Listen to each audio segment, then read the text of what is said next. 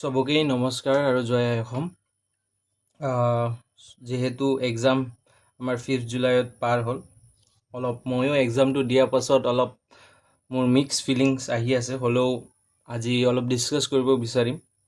আমাৰ টপিকছকেইটা কভাৰ কৰিম আজি। ইনফ্লেটেড মাৰ্কছ, যোনটো আমি এতিয়া অভাৰঅল ইউটিউবত দেখা পাই আছোঁ, ঠিক আছে।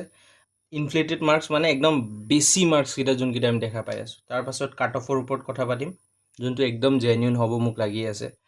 জেনুইন মানে as per my experiences and opinion and my analysis. তাৰপাছত ইম্পৰ্টেঞ্চ অফ নোটৰ ওপৰতো কথা পাতিম, ঠিক আছে। So' first of all inflated মাৰ্কছৰ ওপৰত কথা পাতিম। তাৰ আগত মই এটা অভাৰভিউ দি দিওঁ। এইবাৰ পেপাৰৰ অভাৰভিউ মই দি দিওঁ, ঠিক আছে। অভাৰভিউ GS1 এণ্ড GS2, নহয় জানো? চ' সদায় বছৰ কি হয়, GS1 এণ্ড GS2ৰ ভিতৰত চবচে ডিচাইডিং ফেক্টৰ GS1 থাকে। কিন্তু এইবাৰ লিখি ৰাখক, মই ইমানটো কনফিডেণ্ট আছোঁ যে এইবাৰ ডিচাইডিং ফেক্টৰ GS2 হ'ব। It will be the deciding factor. Okay, deciding factor এইটোৱে হ'ব আৰু একো নহয়। ডিচাইডিং ফেক্টৰ GS2য়ে হ'ব, কিয় GS1 একদমহে মানে বিল' দ্য ষ্টেণ্ডাৰ্ড আহিছে। যোনটো APSCৰ এটা ষ্টেণ্ডাৰ্ড আছে, সেইটো বিল' দ্য ষ্টেণ্ডাৰ্ড আহিছে, ঠিক আছে। বিল' দ্য ষ্টেণ্ডাৰ্ড বুলি কৈ মানে মই এইটো ক'ব বিচৰা নাই, মানে নেগেটিভলি মই কোৱা নাই, পজিটিভলি কৈ আছোঁ কথাটো। কিন্তু কি হয়, যোনটো APSCৰ এটা বাৰ APSC নিজে ছেট কৰিছে কুৱেশ্যনছকেইটা, সেইটোৰ পৰা বহুত কম লেভেলত আহিছে। চ' মাৰ্কছ বহুতজনে বহুত বেছি পাইছে, মাৰ্কছ বহুত হাই পাই আছে। কিন্তু মই মাৰ্কছ হাই পোৱাৰ কথাও কৈ আছোঁ। কিন্তু ফাৰ্ষ্টত ডিচাইডিং ফেক্টৰ GS2 কিয় হ'ব মই কৈ আছোঁ, কিয় GS1ত নহয় চবে ভাল পাৰফৰ্ম কৰিছে, বহুতে ভাল পাৰফৰ্ম কৰিছে, বাট নট মি। GS2ত চাওক, GS2 will be the deciding factor because maths যোনটো আহিছে, আপোনাৰ হিন্দে যদি সদায় মেথছ নকৰে ঘৰত, ঠিক আছে, এনেকুৱা ফটককৈ নাই এক্সামত মইতো এনেই মেথছ পাৰোঁৱে 9-10-ৰ, এক্সামত গৈ কিনে চাই ল'ম, এইটো হ'লে বহুত মানুহ ইয়াত আউট হ'ব। মানে এটা ষ্টেণ্ডাৰ্ড মেথছ আহিছিল, ইমানো ইজি মেথছ অহা নাই, ঠিক আছে। আৰু ৰিডিং কম্প্ৰিহেনশ্যন, এইটো সাংঘাতিক ধৰণৰ ৰিডিং কম্প্ৰিহেনশ্যনকেইটা আছিল। যাৰ ইংলিছ একদমেই বহুত ভাল, সিহঁতৰ কাৰণে মই একো নকওঁ, সিহঁতৰ কাৰণেতো বেছিকৈ লাগিব। কিন্তু আমাৰ যোনটো এভাৰেজ এটা মেজৰিটি অফ দ্য ষ্টুডেণ্ট আছে, যোনে এপিয়াৰ কৰে সদায় বছৰ APSCত, সিহঁতৰ কাৰণে ৰিডিং কম্প্ৰিহেনশ্যন কম্পেৰেটিভলি টাফ আছিল। আৰু মই মোৰ আগত প্ৰিভিয়াছ ভিডিঅ'টো মই কৈছোঁ যে মই কেতিয়াও মেথছ এটেম্প নকৰোঁ, ঠিক আছে। মই সদায় RC আৰু ৰিজনিঙতে কৰোঁ। RC ৰিজনিং, লজিকেল ডিচিশ্যন, ঠিক আছে, লজিকেল ডিচিশ্যন আৰু ইণ্টাৰপাৰ্চনেল স্কিল, ঠিক আছে। আৰু একটা আছে ইণ্টাৰপাৰ্চনেল স্কিল, ঠিক আছে। ইণ্টাৰপাৰ্চনেল লিখি দিলোঁ ধৰক। এইবাৰ ৰিজনিং টাফ আহিছে, লজিকেল ডিচিশ্যন টাফ আহিছে, ইণ্টাৰপাৰ্চনেল স্কিল টাফ আহিছে, ঠিক আছে। চ' এটা কথা কওঁ, মই কিন্তু এইবাৰো মেথছ কৰা নাই সঁচাকৈ ক'ব গ'লে। চ' মই নাজানো, কিন্তু মানে মই মেথছ নোৱাৰোঁ আৰু ওপৰদি একদম ষ্টেণ্ডাৰ্ড আহিছে, তে মই আৰু পাৰা নাই। কিন্তু মোৰ ৰিডিং কম্প্ৰিহেনশ্যন, ৰিজনিং আৰু লজিকেল ডিচিশ্যন মেকিং আৰু ইণ্টাৰপাৰ্চনেল স্কিলে মোক বচাই দিলে। আই এটেম্প এৰাউণ্ড 38টা কুৱেশ্যন এটেম্প কৰিছিলোঁ, 32টা কুৱেশ্যন মোৰ শুদ্ধ হৈছে তাৰ পৰা, ঠিক আছে। চ' মোৰ একুৰেচি সদায় ভালে থাকে ৰিডিং কম্প্ৰিহেনশ্যন, লজিকেল ডিচিশ্যন মেকিঙত, সেইকাৰণে মই পাছ হৈ গ'লোঁ মোৰ GS2ত। এতিয়া GS1ৰটো মই ক'ব নোৱাৰোঁ। GS1ত মোৰ কিন্তু ডাবল ডিজিটত মাৰ্ক আহিছে, মই ইমানেই ক'ম। ডাবল ডিজিটত মাৰ্ক আহিছে, ট্ৰিপল ডিজিটত অহা নাই বেলেগ মানুহৰ নিচিনা।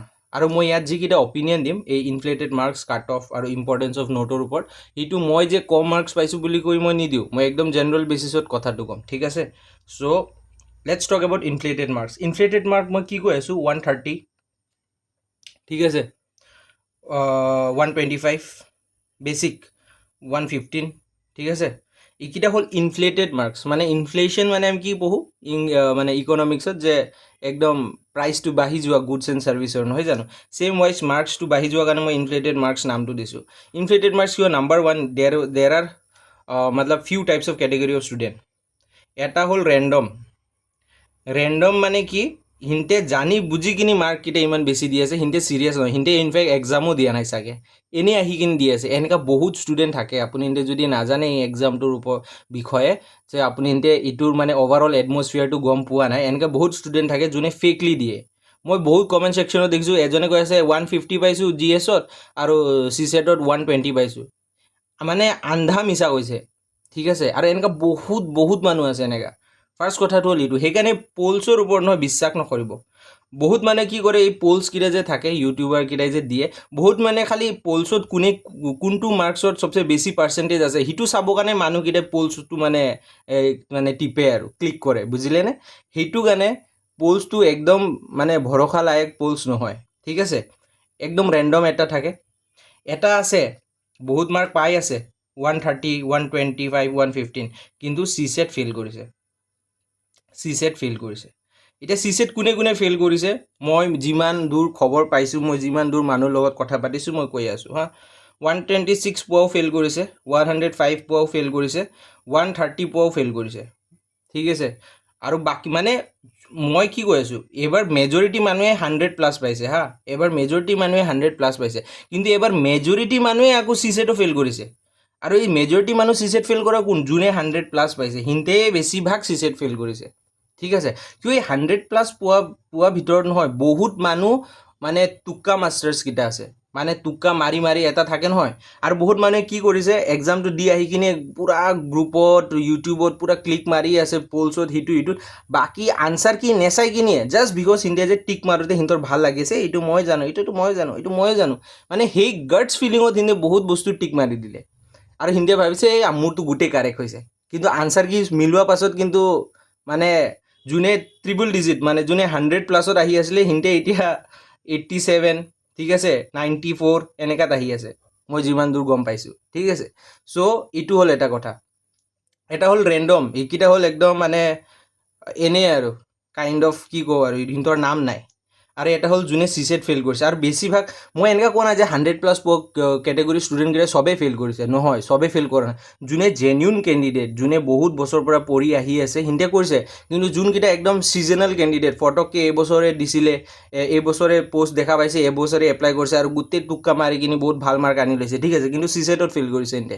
সেইকাৰণে এইবাৰ কাট অফ যিমান আমি মানে হাৱাটো বনাই আছোঁ গোটেই ইউটিউবত, হোৱাটছএপৰ গ্ৰুপত, সিমান নাযায়, ঠিক আছে? আৰু কিয় নাযায়, কেনেকৈ যাব, কিমান দূৰ যাব, মই এটা মোৰ অপিনিয়ন দিম বাৰু।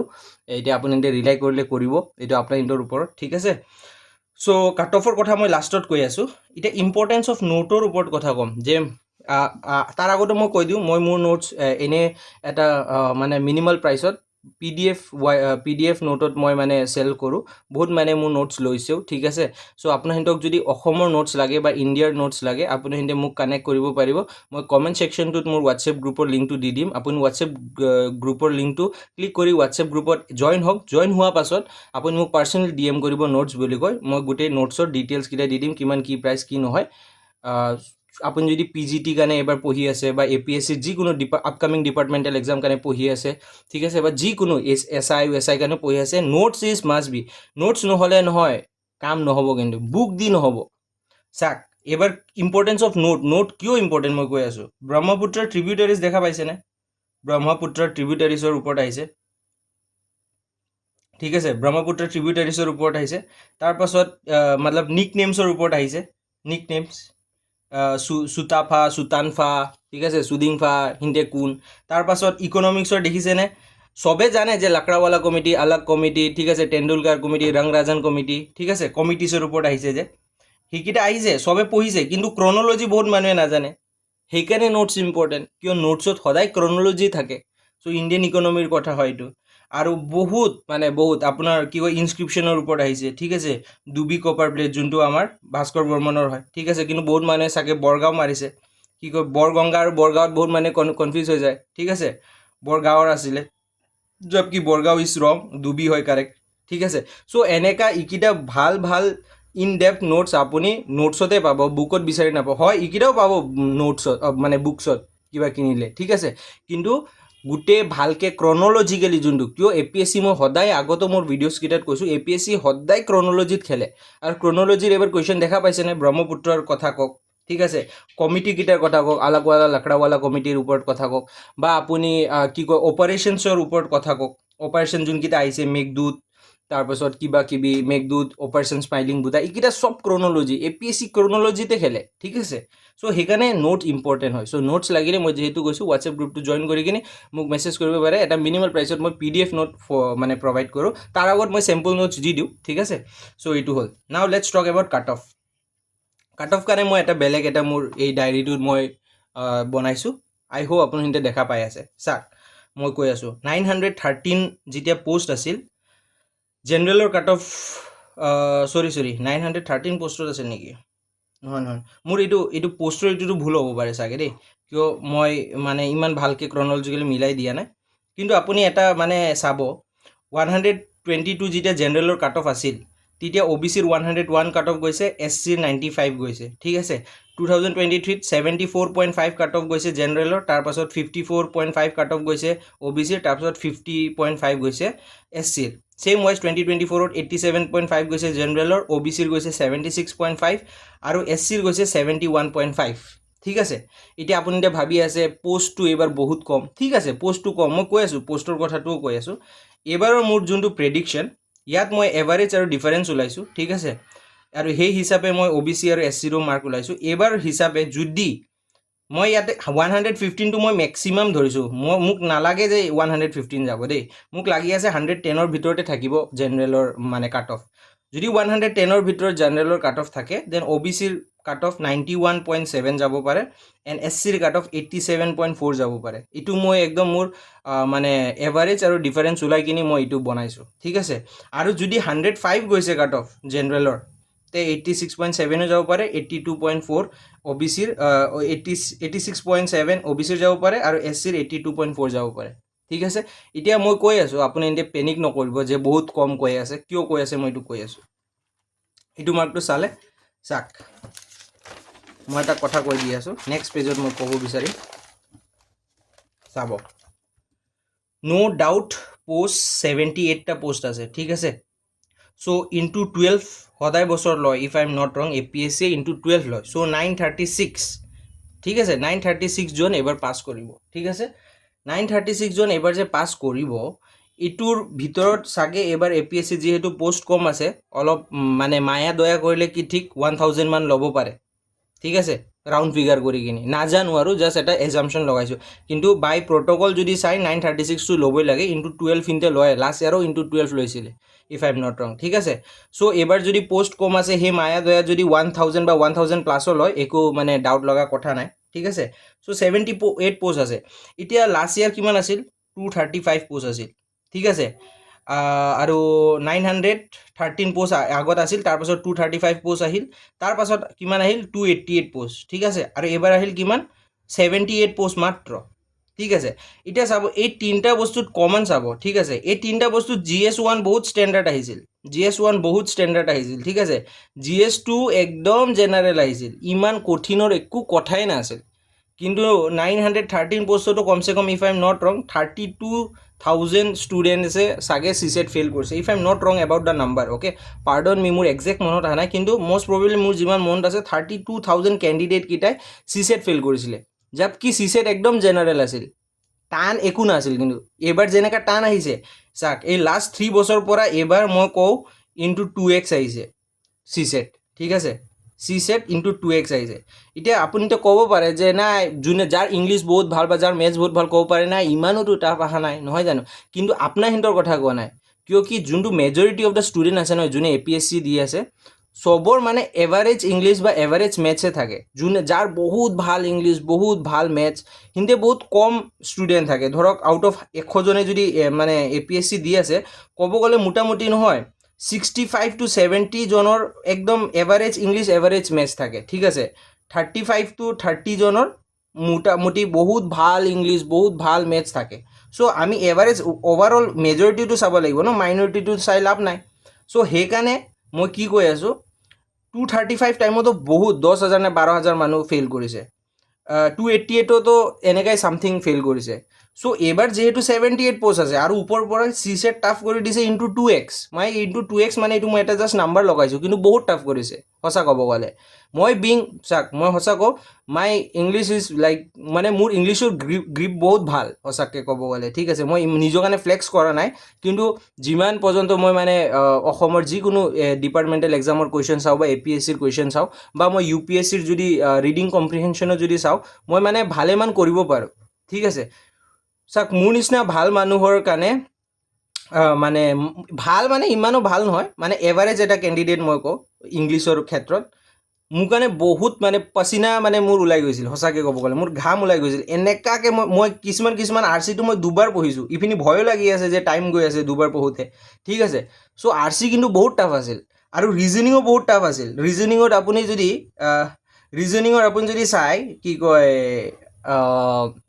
চিল'গিজিমো যদি চাই, দুটা চিল'গিজিমৰ কুৱেশ্যন আছিল, এটা ধৰক ডুৱেবল আছিল আৰু এটা বহুত কনফিউজিং আছিল, অল পিপুলছ আৰ কিবা এটা পইণ্ট নে কিবা এটা আছিল, মই পাহৰি গৈছোঁ এই কুৱেশ্যনটো, ঠিক আছে।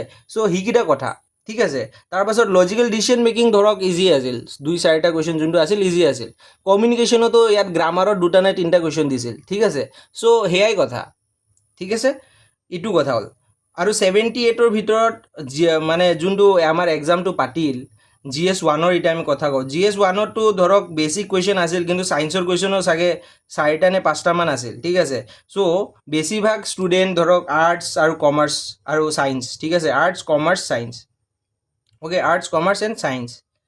চাওক, কমাৰ্চ আৰু আৰ্টছৰ ষ্টুডেণ্টে নহয় মানে হিষ্ট্ৰী, আৰ্টছে ধৰক হিষ্ট্ৰীৰ মানে হিষ্ট্ৰী আৰু পলিটিকেল ছায়েন্সৰ ক্ষেত্ৰত, আৰু কমাৰ্চে ধৰক ইকনমিকৰ ক্ষেত্ৰত সিহঁতে এজ পায়। কিন্তু এবাৰ ইকনমিক্স আৰু হিষ্ট্ৰী আৰু মতলব পলিটিকেল ছায়েন্সৰ বহুত কম কুৱেশ্যন আহিছে, বাট ছায়েন্সৰ চাগে ইফ আই এম নট ৰং 4টা পৰা 5টা কুৱেশ্যন বহুত ভাল আহিছে। চ' ইয়াত ছায়েন্সৰ ষ্টুডেণ্টৰ মানে এজ পাইছে সিহঁতে, ঠিক আছে। চ' এইকেইটা কথা মানে বহুত বস্তু কথা আছে, সেইকাৰণে মই ভাবি আছোঁ এইবাৰ জেনেৰেলৰ যদি মানে অ'পেন কেটেগৰী যদি চাওঁ, ঠিক আছে, মোক লাগি আছে 100 to 110ৰ ভিতৰতে থাকিব লাগে, 100 to 110ৰ ভিতৰত থাকিব লাগে, তাৰ বাহিৰত যাব নালাগে, এইটোৰ ভিতৰত যিকোনো হ'ব পাৰে। আৰু OBCৰ মোক লাগি আছে ধৰক 90 to 100 ক'ব পাৰে, বা 95 to 100, ঠিক আছে। আৰু SCৰ আপোনাৰ 80 to 90, ঠিক আছে। আৰু ST হিলছ সিটোৰ হিচাপে, ST প্লেন সিটোৰ হিচাপে কমাই যাব। আৰু এই যোনটো মই নাম্বাৰ কৈছোঁ এইটোত আপুনি +-5 ধৰি লওক, বা 105 হ'ব পাৰে, ঠিক আছে, বা 115 হ'ব পাৰে, বা ইয়াত 95 হ'ব পাৰে, বা 85 হ'ব পাৰে, ঠিক আছে। +-5 ধৰি যাব, কিন্তু +-5টো মই মানে একদম মতলব ৰেৰেষ্ট অফ ৰেৰত ধৰিব কৈ আছোঁ। প্ৰায়ভাগ মোক লাগি আছে এইবাৰ কাট অফ ইমানতে ৰেঞ্জ কৰিব, তাৰ বেছিটো ৰেঞ্জ কৰিব নালাগে। মানে মোৰ কম মাৰ্কছ আহিছে কাৰণে মই এইটো মানে কোৱা নাই, কিন্তু মই বহুত কমেণ্ট চালোঁ, মই বহুত গ্ৰুপতো মই পোল চালোঁ, আমাৰ গ্ৰুপতো আছে মই যোনটো চালোঁ, ঠিক আছে। আৰু মানুহকেইটাৰ লগত কথাও পাতিছোঁ।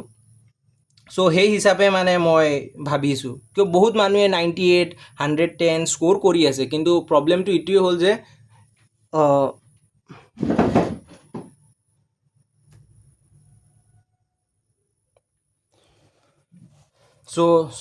বহুত মানুহে মানে পঢ়ি আছে, মানে বহুত মানুহে কৈ আছে যে বহুত ভাল স্ক'ৰ ইমান, কিন্তু ছাৰ CSETত ফেইল কৰি দিলোঁ, 126 পাওঁ মই এনেকৈ শুনা পাই আছোঁ, 115 পাওঁ। মানে মই প্ৰায়ভাগ যোনে 110 এবভ আনিছে নহয়, মই প্ৰায়ভাগ ষ্টুডেণ্ট পাইছোঁ যোনে ফেইল কৰিছে। মানে দেৰ আৰ ষ্টুডেণ্ট মতলব যোনে 115, 125 কিনিও CSET পাছ কৰিছে, ন' ডাউট এট অল। কিন্তু দেৰ আৰ লটছ অফ ষ্টুডেণ্ট, আৰু দেৰ আৰ লটছ, এইটোৰ ভিতৰত ডিফাৰেঞ্চ আছে। মানে এটা গ্ৰুপৰ ষ্টুডেণ্ট আছে যোনে 125, 120 আনিছে আৰু CSETও পাছ কৰিছে, কিন্তু সেইটো গ্ৰুপটো একদম মিনিমাল গ্ৰুপ, সৰু এটা গ্ৰুপ। কিন্তু দেৰ আৰ লটছ অফ ষ্টুডেণ্ট যোনে 125, 130 আনিছে, কিন্তু CSETত একদমেই বেয়াকৈ ফেইল কৰিছে। চ' কাট অফ আমি যিমান হাৱাটো বনাই আছোঁ নহয়, সিমান নাযায়। এইটো মোৰ +-5ত এইটো আপুনি ধৰিব পাৰে। বাকী সেয়াই কথা, ভালকৈ পঢ়ি যাওক। আপোনাৰ সিহঁতৰ যদি এই মাৰ্কছৰ হিচাপে যদি আপোনাৰ সিহঁতৰ কিবা মিলিছে, আপোনাৰ সিহঁতে মেইনছৰ কাৰণে শুৰু কৰিব লাগে। ইনফেক্ট ময়ো ভাবি আছোঁ, মোৰো মাৰ্কছ বহুত কমেই বাৰু, ডাবল ডিজিটত আহিছে, হ'লেও মই ভাবি আছোঁ এতিয়া 2-3 দিন পাছত অলপ ৰেষ্ট লোৱাৰ পাছত মই মেইনছৰ কাৰণে অলপকৈ পঢ়ি যাম, আৰু তাকি যদি চিলেকশ্যন হৈ যায় মোৰ লছ নহওক, আৰু চিলেকশ্যন নহ'লেওতো একো লছ নাই ন মেইনছৰ কাৰণে পঢ়াটো। চ' সেয়াই মই ক'ব বিচাৰোঁ। আৰু যদি নোটছ লাগে আপুনি এতিয়া হোৱাটছএপ গ্ৰুপটো জইন কৰি কিনি মোক পাৰ্চনেলি DM কৰিব, মই নোটছৰ ডিটেইলছকেইটা দি দিম at a very minimal price, okay. So' once again thank you for ৱাচিং। আৰু যদি আপুনি এতিয়া ছাবস্ক্ৰাইব কৰা নাই, লাইক কৰা নাই, শ্বেয়াৰ কৰা নাই, প্লিজ কৰি দিব, বহুত মটিভেশ্যন আহে। And in coming days you will get to see lots of educational and current affairs videos, okay, so stay tuned.